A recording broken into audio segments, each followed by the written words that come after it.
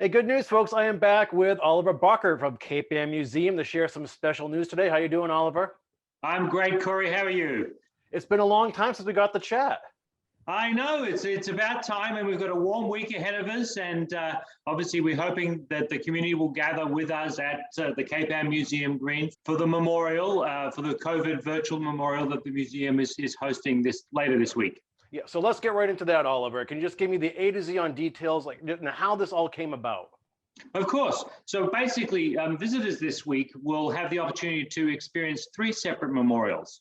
As a museum connected very much to this place and very committed to the four areas of Cape Ann, we wanted to create a memorial that reflected those four main constituencies of Gloucester, Rockport, Essex, and Manchester. So anyone visiting as of Thursday afternoon, the memorial is a temporary memorial. It will be on view between Thursday and Sunday, 12:30 in the afternoon to 8 p.m. On those days, people will experience three separate but very interconnected installations. The first is a quilt that has been created with the partnership of the City of Gloucester, working very closely with Rosine Cody, as well as Mayor Romeo Taken. And we have created a quilt that acknowledges the 35 people who have lost their lives here due to COVID in the area of Gloucester. Now, the quilt, when people experience it, actually just lists 19 families. We approached all families, and obviously wanting to respect everyone's personal preferences. 19 of those families have confirmed that they would love to have their loved ones identified in name. And so when you experience the quilt, you'll see there are 19 individuals who are listed, and then there are empty squares for those people who wish to remain, or the families who wish their loved ones to remain anonymous. Gotcha. So that's the first installation that is on view inside the Janet and William Ellery James Centre, which is the new state-of-the-art facility the museum built last year and opened to the public last fall with the portrait exhibition. So inside that space, the people will experience the quilt. Outside on the facade of the James Centre, in the courtyard area of the centre itself, we have a projection that is dedicated to all those people in Essex County who have unfortunately lost their lives due to COVID. So that's a much bigger number. We've gone from Gloucester at 35 to 2,168 individuals in Essex County. And so we've partnered on this installation. It's a light projection. We're working with Luminarts, Lynn Burke, and also with Pamela Hirsch, an artist who has created this installation, which will, as I say, be a memorial to all those in Essex County who have lost their lives.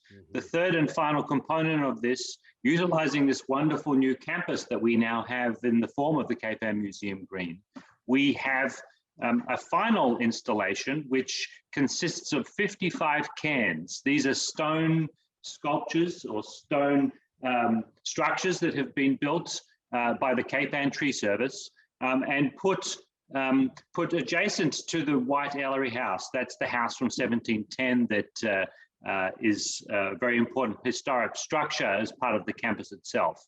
And just immediately behind that, we have these 55 cairns that are there to represent the 55 individuals in the greater area of Cape Ann that have lost their lives due to the pandemic. And so we've invited members of those families to come and to personalize those cairns as they see fit. The 19 people from the City of Gloucester who identified that they were happy for their loved ones to be identified. We have put place cards at the base of each of those cairns. And just yesterday, a number of families started to come and started actually to leave flowers, photographs, and other personal effects, just to obviously to share their respect for their loved ones. An amazing show of memorialization. It's awesome stuff. So Oliver, once again, this is now happening March 10th through 14th. It's March 10th through 14th. On March 10th, we invite everyone to join us for a virtual memorial. On that evening, we will be joined by members of the Cape Ann Associated Clergy, Mayor Safatia Romeo Taken will be present, Senator Bruce Tarr, and a number of other people will be joining us for a memorial event that will last an hour. It will be live streamed, available through Facebook and through Vimeo. And we've had over 200 people who have signed up to date. And we hope, of course, that many more members of the community will join us for this commemoration and acknowledgement of the lives lost during this first year of the pandemic. And if you haven't had a chance to check out the Cape Ann Museum Green yet, it's a beautiful facility, beautiful grounds. The museum's done amazing work over there right off of Grant Circle.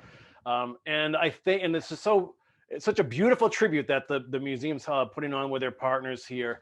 Because I remember when you were you work with Luminarts last year when COVID hit for the projection?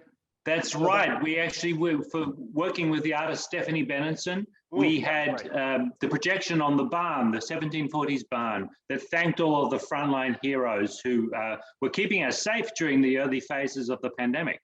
And that was a very moving presentation from my perspective. It was the opportunity for us to thank all those frontline heroes in the four main languages spoken here in Gloucester of Portuguese, Spanish, Italian, and English. Right. And really that it showed us the way that we could use contemporary art and utilize the platform of this wonderful new campus, as you were saying, that we have. It's there at the gateway to the city. And we, I hope, will be continuing to use contemporary art to attract and activate the community, engage them around art and ideas. And so this memorial very much fits into that brief, which is something that came out of the pandemic last year.